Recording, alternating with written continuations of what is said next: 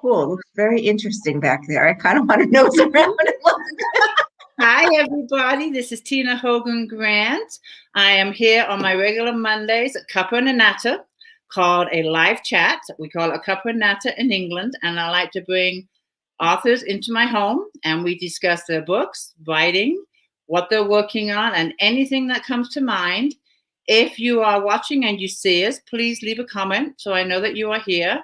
And tonight I am joined with Karen Perry. How are you doing, Karen? I am good. How are you tonight, Tina? I am doing good. I'm so excited to talk to you about your book, the one right here, Green Beach File. We're going to talk about that in just a little bit. I actually enjoyed it, by the way.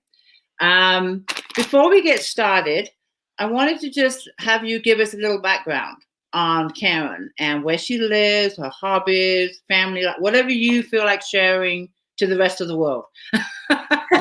Okay, sure. I live in Connecticut. I have, husband. I have 4 boys, which is a lot of boys. You are the only female. I'm the only female, so wow. we have some cats, so that helps. And I used to practice a lot of environmental law, and now I have a small law firm practice, and I write, as well on the side, right. And I love mysteries. I love reading. I wish I had more time to read but I end up reading like late into the night, and I sometimes wake in the morning and I read or I write. And I really enjoyed getting to know a whole bunch of people through this whole talking about the book process. It's fascinating to meet so many readers and people that really enjoy novels and really, take pleasure in them and the time they spend reading and like talking about them. Right. This is your debut novel, correct? Yes, this is it. How exciting. And it came out when? It came out in June of 2020. So in July, it was tough timing with all the COVID stuff. Thank you for putting that up there. Thank you. Uh-huh. The cover's beautiful, isn't it? I love the cover. I love the font, the yellow. Yeah. The yellow really makes the cover pop. I mean, if I saw this in a bookstore, this I would definitely pick up because it just grabs you. It really does. Did you have any input on the cover? I did. Well, they asked me what I wanted, and I actually described that to them, the idea of looking up. So I love nature. I love spending time in nature, and there's a lot of nature in this book. This book is for people that like the great outdoors, and most people do. Most people, they might not label themselves that, but most people like to either garden or walk or hike or kayak or, go to the dog park, sit in their yard and look at the clouds. So, but I wanted to get that vision of looking up at the trees from down below. And they certainly got it perfectly. You did. And when I love murder mysteries, thrillers, which is what I would categorize this, but what's different about your book is I learned so much when it comes to nature. I felt like I was on a nature excursion in a lot of the chapters, and I was really intrigued. There was something. I mean, it's been a week since I read the book, so forgive me, but the dragonflies. Oh, you mentioned about the wings of the dragonflies. You'll have to fill me in. Go ahead. So it's just little stuff. The dragonflies are a really, really old species, right? But their wings are really remarkable and different from any other insect because they can move them both, like in both directions, both up and down and forth. Like it's sort of remarkable in some ways that we don't study them more, there's so many things we can learn from nature, from looking at it really closely. Yeah. Me and my husband are outdoors people. 100%. When it comes to winter, I'm still outdoors. We get the snow and everything, but I have to be outdoors. Oh, that's great. We were commercial fishermen. Well, my husband did it for 15 years. I did it for 10. So we made our living out on the ocean. Which is amazing. Yeah, and to be, cooped up, I just can't do it. I just can't. I do want to take a little break and say hello to a few people that have joined us. If you click on the comments, you'll be able to see. And I am going to give this reminder, which I give to you guys every time I have a chat. If you're watching this from my group, you're in a private group. So you have to give StreamYard permission for me to see your name. If you click above the video, there's a blue link. Click on that and I'll be able to see your name. Because right now I'm just seeing Facebook user. If you're in my group, if you're watching from my author page, it's public. So that doesn't matter. If you're watching from YouTube, it's public. But the group is private. So StreamYard needs permission for me to see your name. So don't forget to click on that blue link. We do have a few people joining us. Amanda Reynolds says hi. A lot of Facebook users. Come on, people. Click on that blue link so I can see who's here. Janet says hi. Teresa, she's catching us live this time. Hi, Teresa. And Crystal is here.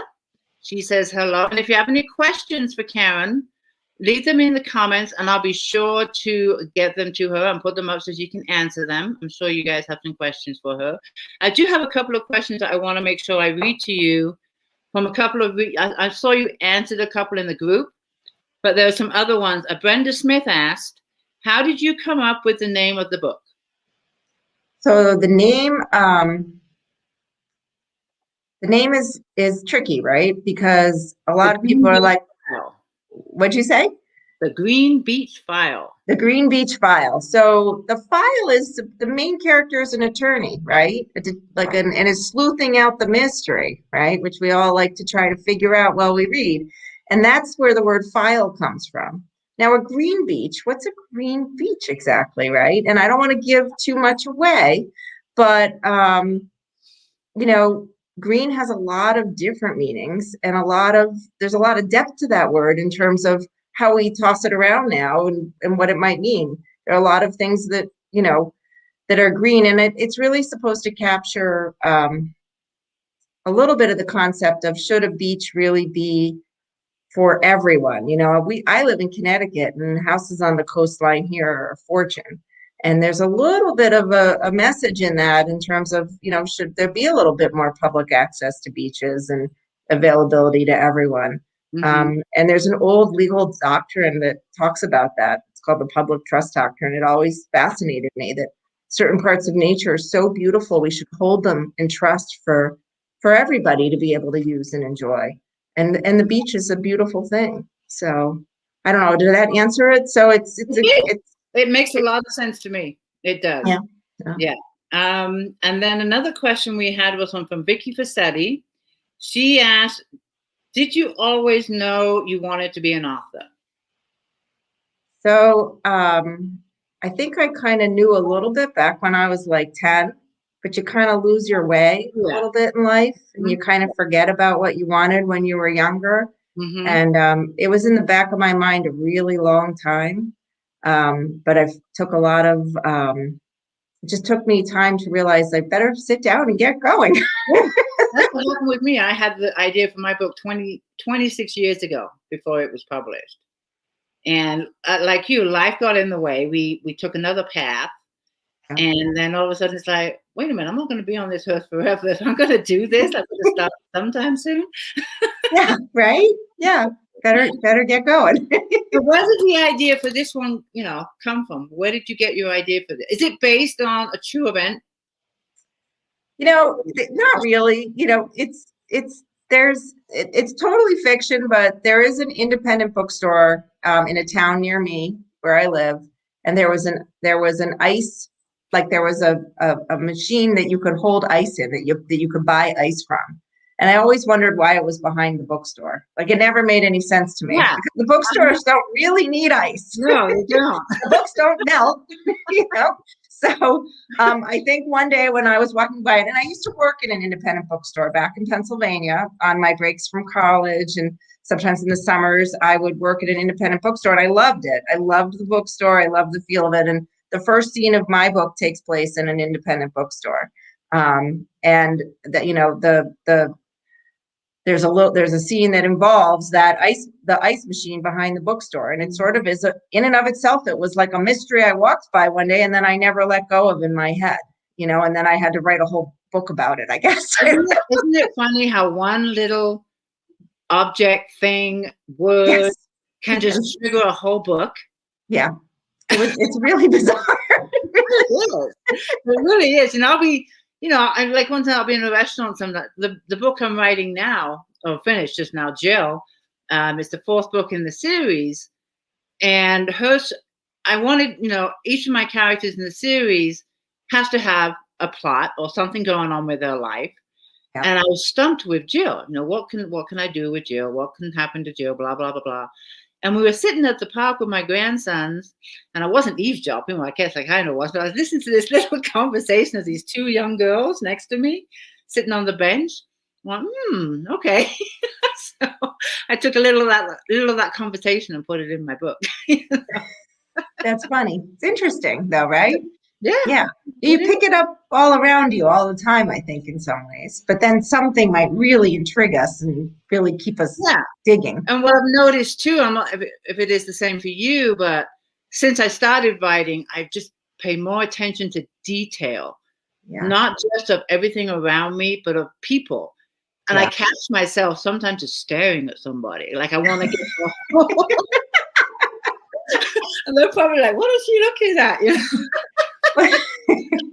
Well, people are very interesting, so I get it, right? Like sometimes they surprise you in what they do or what they say or how they reveal their nature inside. And it's like I pay attention to dialogue. Like a couple of years ago, when my first book came out, I was sitting in a restaurant and I counted. I don't know why I counted, but it struck my attention. But the waitress that waited on us said the word doll 57 times. What does that even matter? But I found myself counting through the whole time we were having lunch. She called everyone doll. Here you go, doll. Here's your check, doll. How do you want more coffee, doll? Maybe when she was a little girl, she really wanted a doll. She didn't have one. It's so funny. Before I wrote my book, I wouldn't pay attention to stuff like that. But now all of a sudden, I'm counting what the favorite word is, or paying attention to, the color of their eyeshadow, or anything, any of the kind of details that I just never would have before. That's interesting. That's definitely interesting because you have to write it. You have to write out each little detail. It's very you have to make the characters come to life.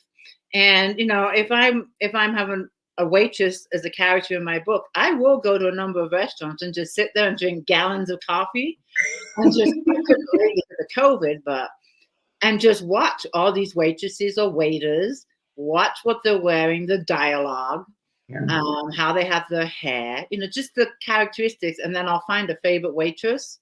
Yeah. And I've done that, and then I'll go back all week, have the gallons of coffee, and just pick up her habits. Oh, that's interesting, right? Use a lot of her characteristics in the book. That's interesting. I mean, I definitely sit back and I watch people, but that's fascinating. Like just to keep going back and researching. I really wanted to feel this person. And then other times I've gone inside at airports, and I've just looked at different people, different nationalities, and people are probably thinking I'm a stalker or something. But it's the only way I can get a feel for a person. Really no, it's true. Makes sense. Yeah. It makes sense. Let's see who else is joining us. We still have some Facebook users. We need you to click on that blue link above the video so I can see who is here. Let me see. Teresa, what's this? Teresa says there are stories all around us. Keep a notebook on you everywhere you go and jot down ideas or conversations or descriptions of people for future characters. Do you keep a notebook? I don't, but that's a great idea. I'm sorry, go ahead. Sometimes I have to I'll run and I'll write things down, but I'm not organized enough to have a notebook that's just for ideas and thoughts like that. Yeah. So I try keeping a notebook, but then I can't make sense of my notes. Just can't. I have terrible handwriting. That's funny. It's not really a good thing to admit. And then other times I've had a notebook and then I've lost it. Oh, yeah. And what works for me is a spiral notepad. I mean, the big spiral notepad. Oh, yeah. I can carry that around with me. I would love the idea of having a notepad, but I need a really big purse to do that. Yeah, I think I'd have to have it like tied to me because I tend to lose things anyway. Like I'll lose the car keys and I'll lose my phone, especially if I'm like bothered by something. So Mhm. I mean, having a notebook too would be like one more thing I I'd know. I probably mean, just lose. I am a pen and paper person. I do write my to-do list on paper, my notes when I'm home on paper. I have like 10 Yeah. spiral notepads. Each one is for something different. Okay. Um, and someone mentioned if you can't carry a notepad, how about recording your Oh notes? yeah, that's Like a your good. phone has an app Yep. and you can record your notes. And I thought about that too, but in public, I don't want to be sitting there saying, waitress has blonde hair with blue eyes. It might give away. It might give you away. Like, Oh, no, that'd be really so, creepy. yeah, But I yeah. do. I would love to use it. I might try it again, but maybe a smaller one. But I Yeah. have tried it. I have tried that. Patty Porsky is here. What's this one right here? Louis Parks. I can't concentrate because I'm too interested in the background of the lady on the left. I know. Her house is fascinating, Oh, right? I noticed that too. I told her I wanted to go nose around in there. It looks interesting. oh, thank you. That is our house. We built it ourselves. That is actually a tree, dead tree. I know you're an environmentalist. I had to say dead Yeah. tree. From our Fraser Mountain, our window, you can't see it where I'm sitting, but looks out on Fraser Mountain. And we got a log from the mountain and also one for our fireplace. I wonder if you can see that. It has a log around there too. You see Oh, it? that's neat. Yeah. So, but yeah, we tore down our old house about 3 or 4 years ago and built this from the ground up. We've only been in here a couple of years, so it's brand spanking new, I, and we love it. And I when find the commercial fishing part of you is fascinating. You know, that you've spent all those years doing that. That's a fascinating part of your life. I loved it, and in fact, my second book, Better Endings, is all about my fishing career. It's all about being a fisherwoman in a male-dominated industry, but it was brilliant. I absolutely loved it, and I never laughed so hard. Every day we would laugh about something. I mean, in the book I say, and you never know what's going to happen each day you're out on the ocean. No, Something always happens. Something does. And that's what the book is about. It's about the adventures of commercial fishing. And I loved it. I really did. And then we went from the ocean to a small town in a mountain community of 5,000 feet elevation when we, wow. when we got out of the fishing industry. But I did enjoy it. And I live to tell about it. But back to your book. Let's go back to Okay. your book. Let me see. Hold on one second. Okay. Now, I'm going to hold it up again for people that are just coming here. This is Karen's book, The Yep. Green Beach File. She author name is K.A. Perry. Yes. This is her debut novel, The Green Beach File. It came out when again? It came out in July of 2020. So it was tough timing with COVID. Oh yeah. COVID had just happened. Everybody was, still sort of wondering what was going on exactly. Tough timing for a debut novel, but it's doing great. People are really loving it. You got And some great reviews.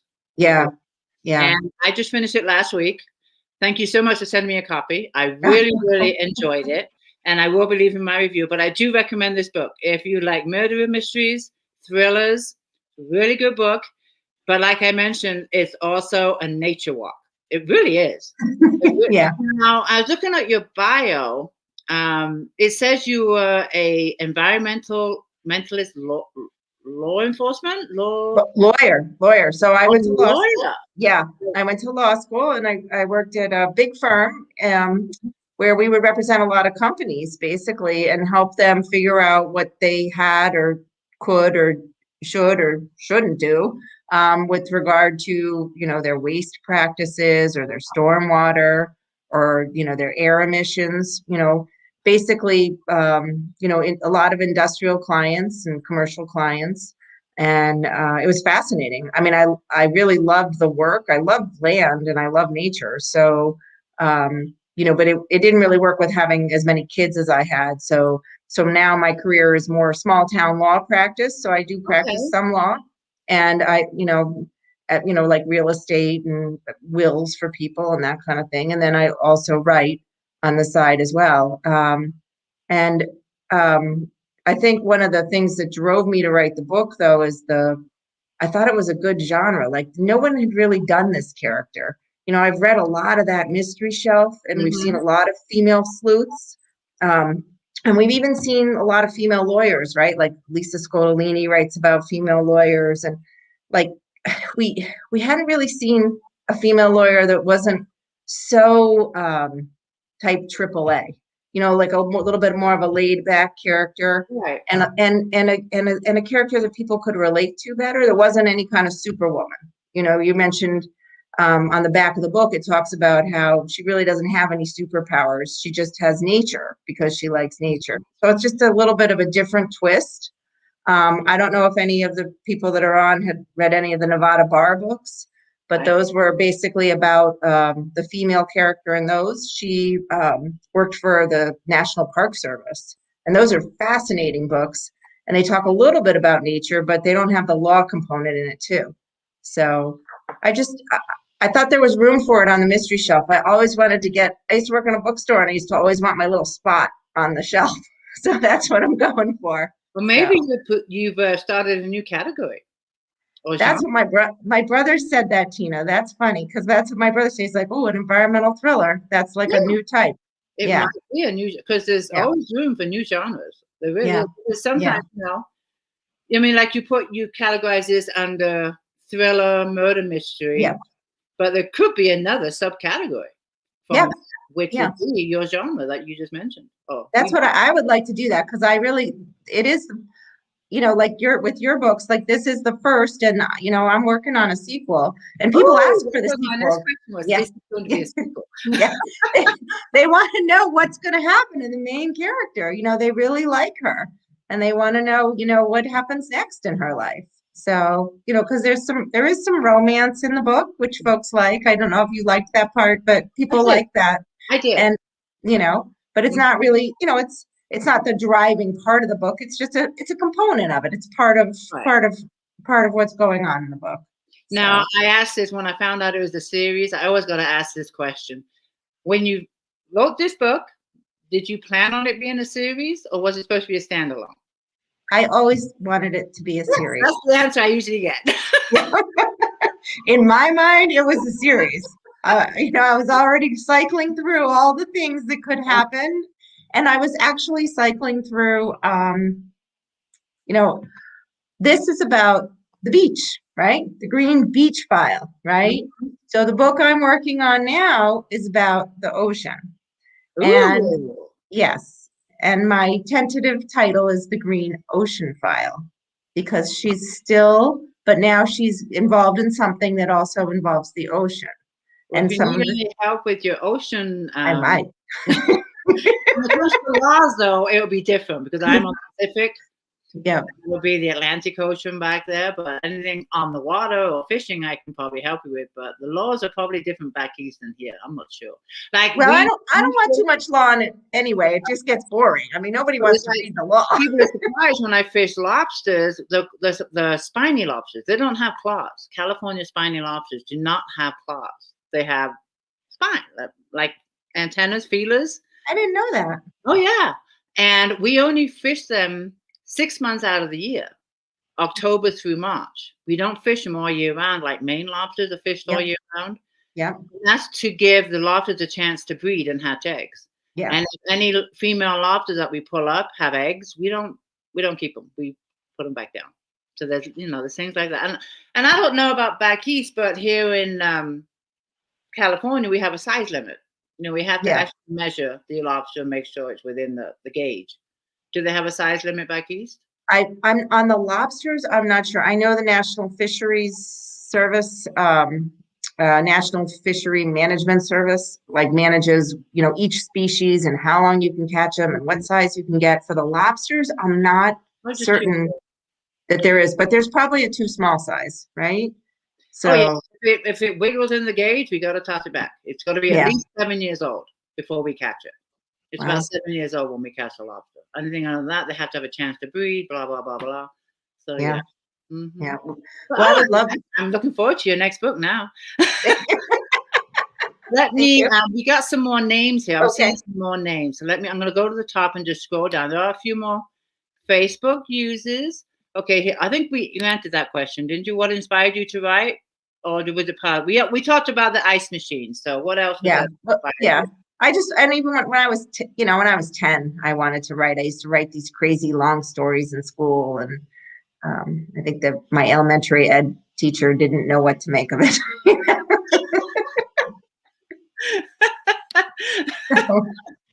Okay.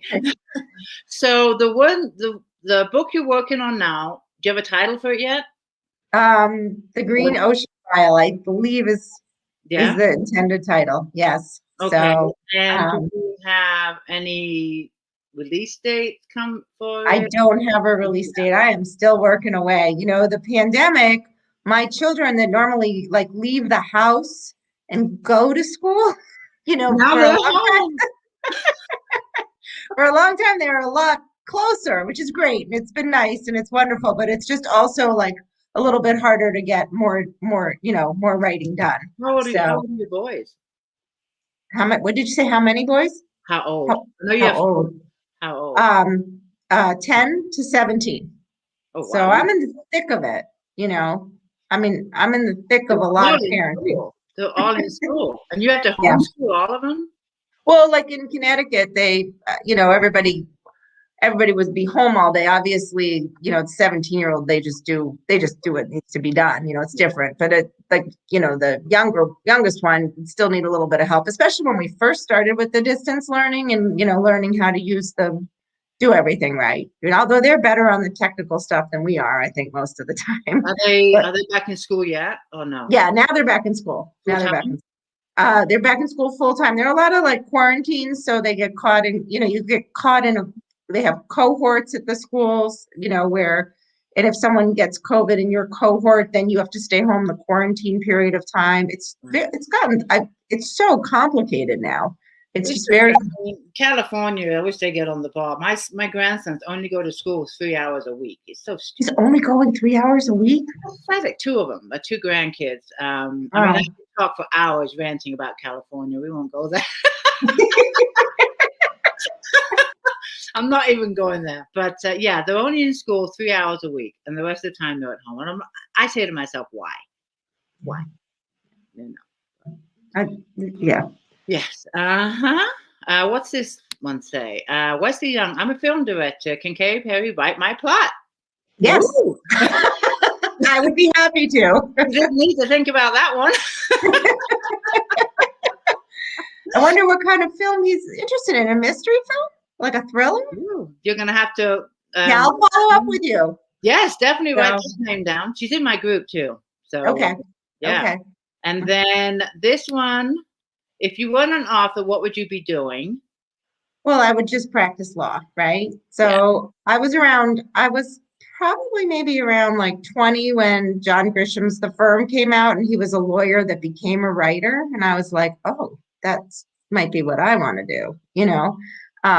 So I would probably just practice law, but it's not as much fun, right? This is way more fun than, writing people's wills is a little depressing at times. Well, my daughter-in-law is a family attorney. She does Oh, that's good.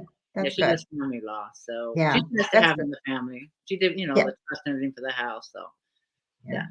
hmm But what you have to go through for law school, I don't have the head for. I could not do it. There's no way. It's a lot of work. Oh, she made me laugh. My son is 34. They're the same age. They're both 34. And when she's taking the bar exam 3 or 4 years ago, she failed the first one. And they just had my first grandson. He was a newborn, maybe 6 weeks old, something like that. And she pretty much handed the boy over to my son and said, I don't care what you do. I'm going to hotel room for a week. Don't call me. Don't come see me. I have to pass this bar exam. You are playing mom and dad for a week. And she did. She went to a hotel and locked Wow, the room. that's good. Yeah. I think it would be very hard to take a bar exam with a newborn. I think that would be so, so hard. I mean, it's hard enough. I didn't have any kids when I did it. I wasn't married. I was, Right. My hat's off to you. The studying that is involved, just period, just the whole course is just like, wow, there's no way. I can write a book, but I couldn't do that. No, no, no, no. I do want to read the blurb to your book. Okay. A few minutes. Okay, here's a good question I want to put up from Carly. What do you most enjoy about writing? Oh, so that's a good question. I told my dad once that I wanted to write back when I was, in my 20s, that I was like, oh, I really want to write mysteries, and he asked me how I feel after I write. He said, how do you feel after you write? Do you feel like drained and tired and, are you worn down? And he said, or do you feel energized? And it was a funny question to ask, but honestly, it like energizes me. It makes me feel better. So I feel good. So I think that's why that's what I like about it.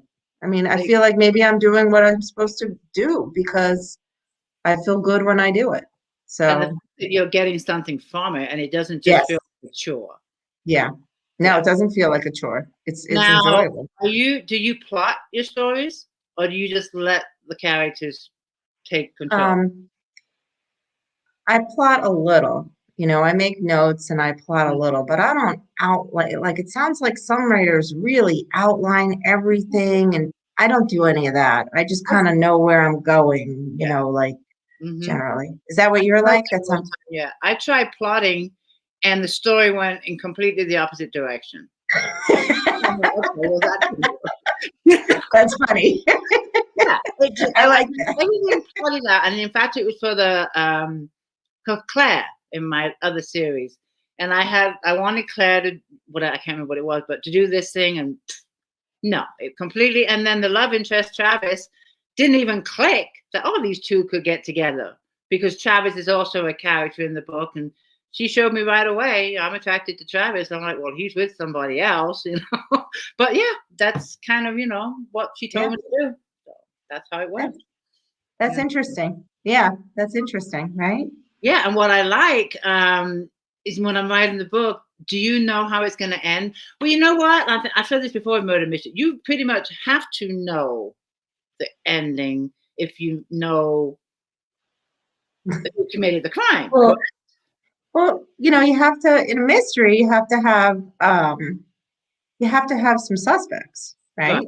Mm-hmm. And you have to have some suspects that, are the bad guy, and some suspects that are just the red herrings. And so you have to know a little bit when you're writing things in. Mm-hmm. Um, but I don't know that I know everything. I definitely go through life figuring it out as I go. Like I'm not a rigid planner Plotter. person. Yeah. Yeah, plotter. Won't do it. And what I like, because I don't plot it, not anymore. I just won't do it. Wasted my time. Total waste of my time. But what I like is that I write every day. Do you write every day? I try. I try. I try. Do you Yeah, set I yourself do. a goal of words a day? A goal? No, No, no. I do. I have to write at least 1,000 words a day. What? Yeah, Every day? every day. My day is not over with until I've written 1,000 words, and it doesn't mean I have to sit down and write those 1,000 words in one sitting. I might get up and have a few ideas for a paragraph. I might 200 in the morning before I go to work, and then I go to work, and then I'll do my regular stuff and day, and come back, and then at nighttime I'll finish the 800 words, but I cannot go to bed until those 800 words are written. And that might be at midnight, it might be at 2 o'clock in the morning. But my day is with. Maybe I could learn from that because I'm a little bit of a procrastinator. Yeah, for me, I mean, I started doing that after Breakfast Beginnings, my debut novel, because that took so long to write. And I told myself the next book is not going to take that long. So I started disciplining myself that if I really want to give this a shot and make this my career eventually, then I need to treat it like work. I need to treat it like a job and not just a hobby. And I told myself, I can't afford to quit full time and be a writer full time, but I can discipline myself to write the books in a reasonable time. So I said, and that's what I told myself. I have to write 1,000 words a day. I'm kind of easy on the weekends. If I want to go kayaking, or if I want to go for a hike, I'll do it before I write. But Monday through Friday, I do have to do my 1,000 words. Well, that's fascinating. And That's a good approach yeah, and it because it does. I keeps mean, you. sometimes I'm stumped. I'll write maybe 150 words. I'm just Yep. happy to get stumped in the daytime and not midnight because it's like, shit, I can't go to bed yet. And I'm good. So I Wow. really discipline myself, and Okay. I'm able That's to use these books, and it has the last book I wrote, Jill, which I'm going through now with the rereads. I started that in no, wait a minute, 4.5 months ago, because I do a word count every day, wow. and it shows me when I first started doing my word count, and then at the end I put finished book. So it's 4.5 months to finish this book, and there might have been a couple of few days that I did miss, but I get so mad when that happens. Oh, that's interesting. I get That's so, interesting. you I'm know. definitely going to try to maybe learn from that. And you That know is a really interesting approach because when then, I'm you done make the doing most of it, every day. excuse Sorry. me? I'm sorry, what did you say? I just said then you're making the most of every day. You're not letting the And when day I started slide doing by. it, I didn't give myself such a big goal. I think it was maybe 350 words. Yeah. And then I just upped it 100 when 350 started getting easy. I Yeah. said, okay, then. And a lot of times I'll go beyond 1,000 when I'm really on a roll. You know how that goes. Yeah. Yeah. So I'm sticking to 1,000 because it's not too much pressure. I mean, I hear of authors writing 8,000 words a day every day. Like, no, I can't. No, I just can't do it. But 1,000 words I'm comfortable with. I can split it up whenever I want. If I do 400 in the morning, 600 at night, Okay. that's what I do. But beyond 1,000, even though I surpass it when I don't have that goal, Yeah. I'm just not going to put that pressure on me. So 1,000 works. But Wow. we're going to go and start off small, 300 words a day. Yeah. No, that's interesting. And That's an interesting idea. when you're sailing with 300 words a day and you find out you're writing 500, then up it to 500. Mhm. And like I said, on weekends, You- you- weekends are yours. that's- Okay, I do want to. Okay, I'm looking at the Okay. time. We're good. One more question, then I'm going to read the blurb. Have you ever changed a character's part in your book from what you thought they would be? Hmm. Hmm. Um, I'm not sure. It sounded like you have, Tina, right? Where you thought that. I have. I mean, I changed with Claire. In the last book, I wanted to go in one direction. I wanted her to date a certain guy in my characters, and Yeah. she wanted nothing to do with that guy and wanted Travis, who was already with somebody else. But my plot was not written that way. I Yeah. let her have her way because I didn't know how to write it any other way because she just kept getting in my Yeah. head. No, I Yeah. want that. So, and it could be anything. It could be maybe you change what you did for a career or what she Yeah. drove in the car, little things like Oh, that. yeah. Little things I change a lot, I would Yeah. say, but like sort of the bigger things, no, maybe not. We You can know. just keep to it as it is. Yeah. Yeah. All right. I see a few more people here. Raina is here. She says hello.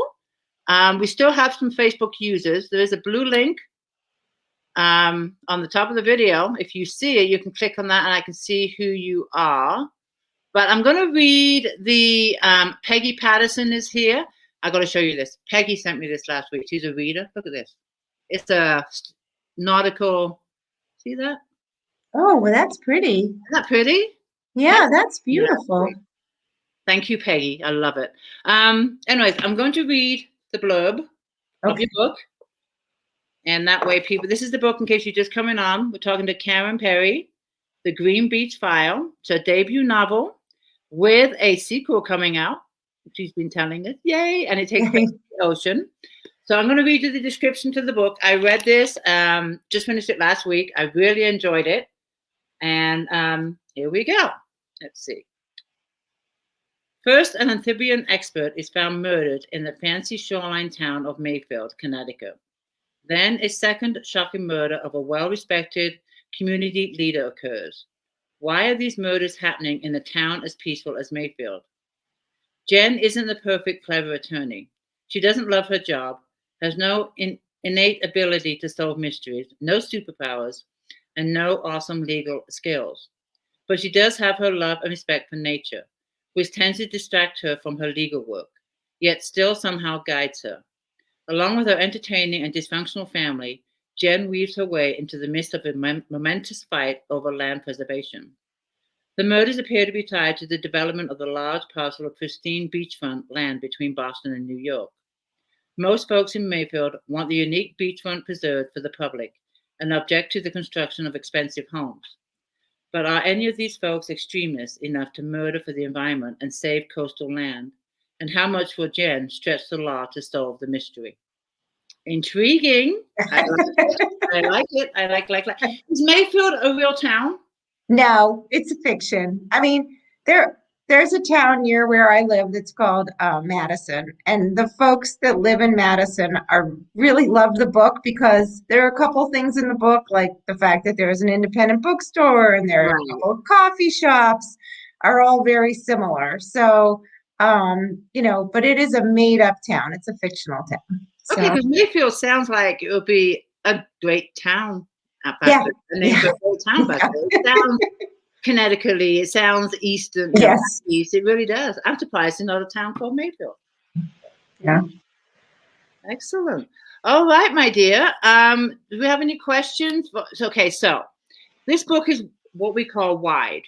It is available in all bookstores like Amazon, Barnes & Noble, Kobo.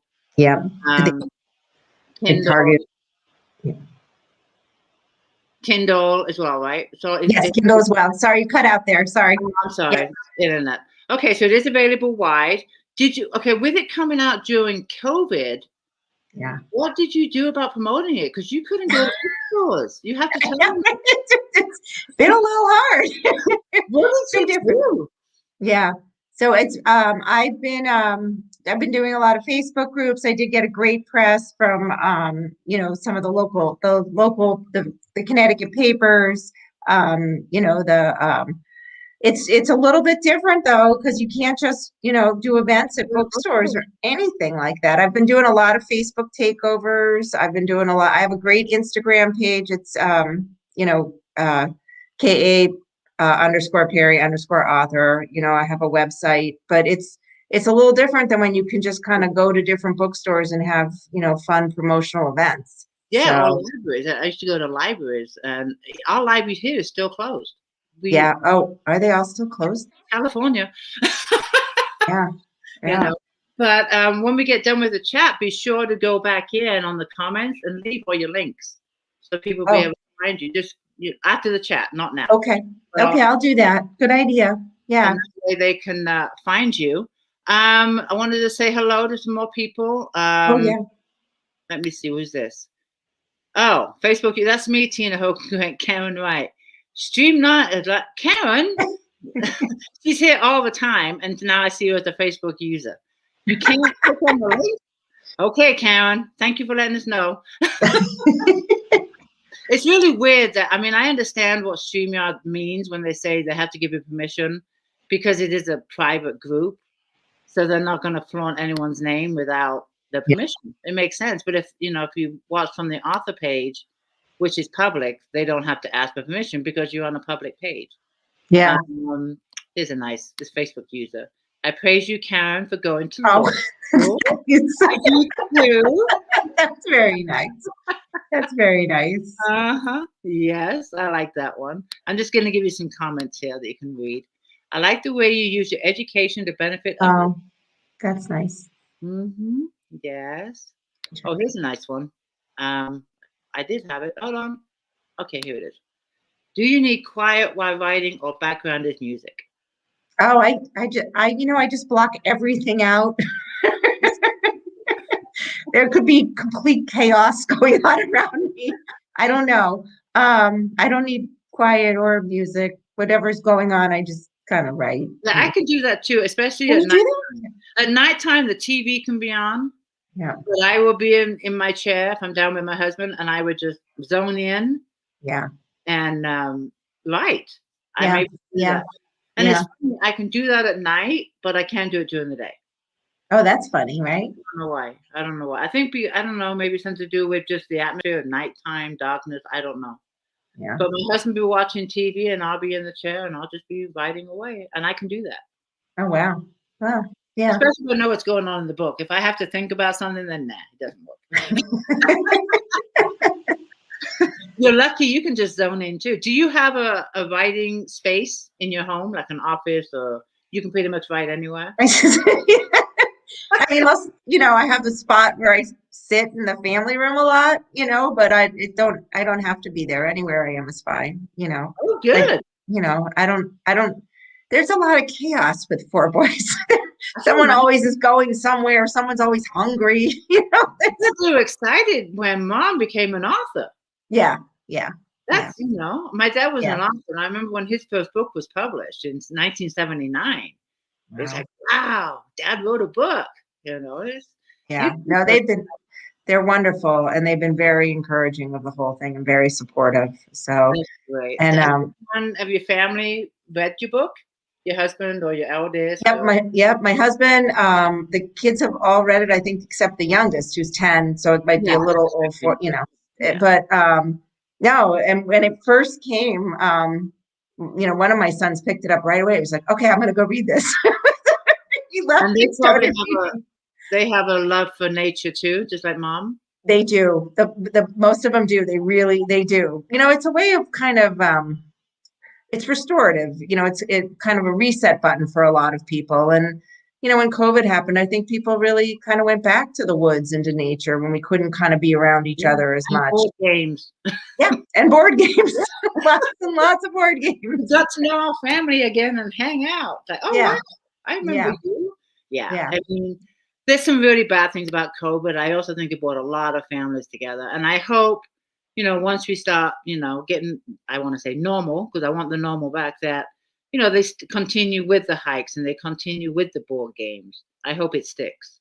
So I do, but I have an aunt who's very, very supportive of my writing, my Aunt Gailey, and she was extremely helpful along the way, because when I said I'm going to write a book, a lot of people looked at me like, "Well, you're a lawyer. What are you doing? Why would you do that?"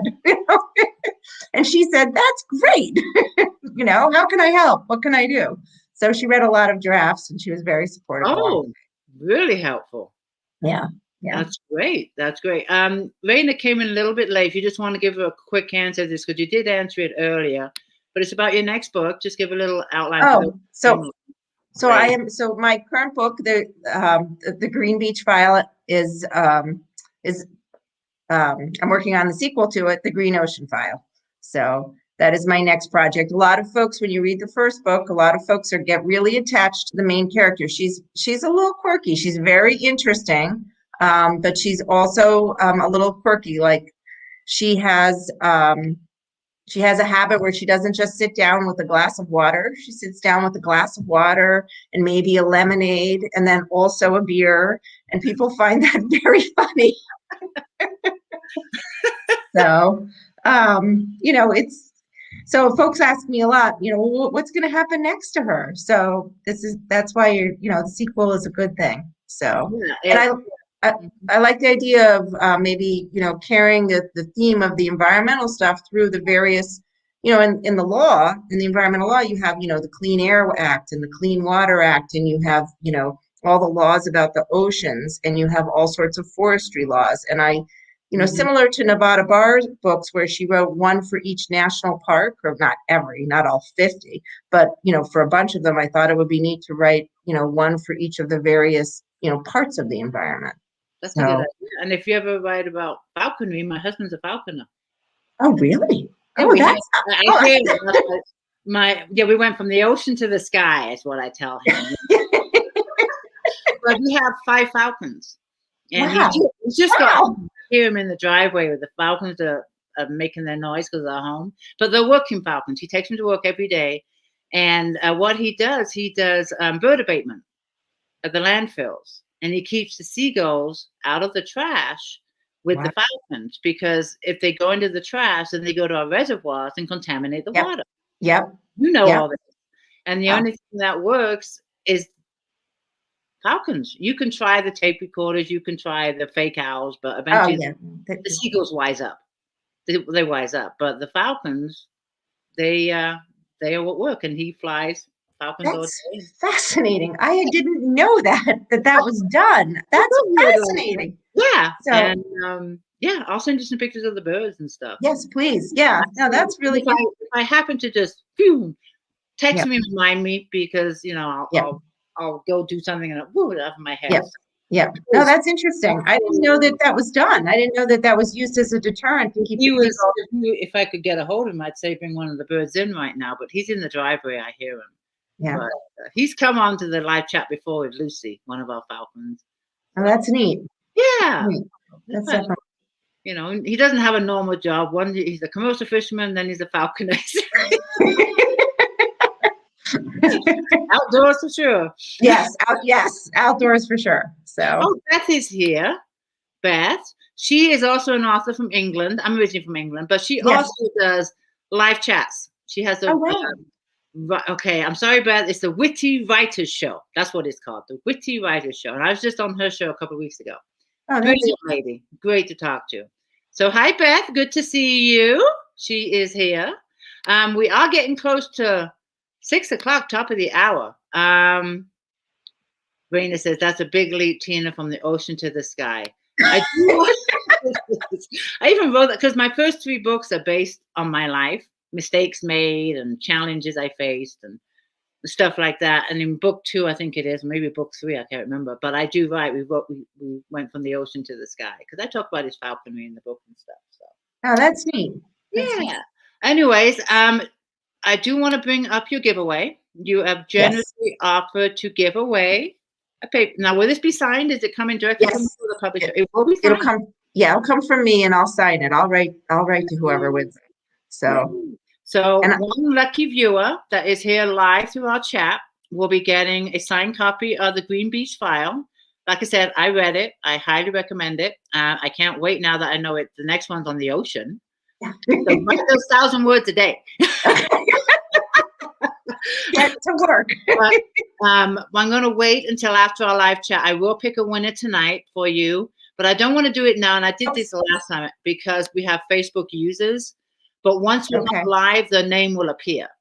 So, so that way, I don't want to pick one tonight because the Facebook users won't have a chance. So if you're here live tonight, you are in the drawing to possibly win a signed paperback from Karen. If you have any last minute questions, go ahead and pop them in at the bottom here. We got a couple of minutes left. Hold on 1 second.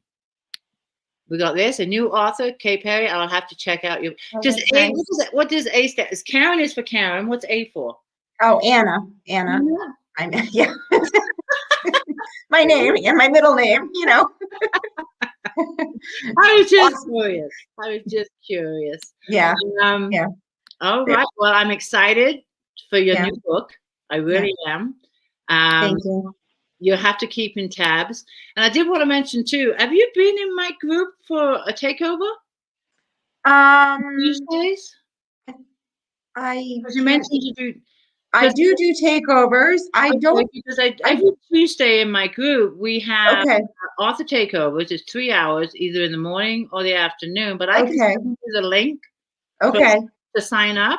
And it's a very active group. You've been in there, and I'm sure the readers here would, love to have you in as a guest for a few hours, 3 hours in the morning. But it's every Tuesday. I would definitely send you the link. Okay. And maybe we'll have you do that too. All right. Thank you. Yeah. All right. Good. I've had a blast. Again, I will pick a winner tonight for the signed paperback, and I'll announce it in my group. And I'll also announce it on the author page. Awesome. So I'll definitely do it tonight. And I will tag you, Karen. Have you had a problem on your author page of not tagging people or not being able to tag people? Yes, I have had a problem not being able to tag anyone anymore. Ever since they switched the layout, tag. I'm going to have to ask one of my kids or someone I just couldn't. I don't know. I thought maybe I was doing something wrong today when I was having trouble. I was having trouble. I don't know. It's maybe, There's always something going on, but I can tag you in the group. Okay. So that's what I'll do in that way. And then I'll tell the reader to message you and reach out. Yeah. Okay. All right. That sounds great. Thank you, everybody, for being with us. Yeah, thank you. I just want to say thank you to everybody. It's really great to have you have a lot of people that join you, Tina. That's very impressive. They are really great people. They're fantastic readers. Yeah, they're Yeah, brilliant. They're here like every other Monday, and they get excited about these. You know, you saw in my group today, I mentioned that yeah, you were my guest today, and I love their enthusiasm. I love the support they show us, and yeah, they're great. And it's because of readers like these that we continue yeah, to grow. yeah. It's true. That's true. All right, So, people, I will talk to you soon. Thank you okay. so much. Thank you, Tina. Good night. Good Good night. night. Stay on.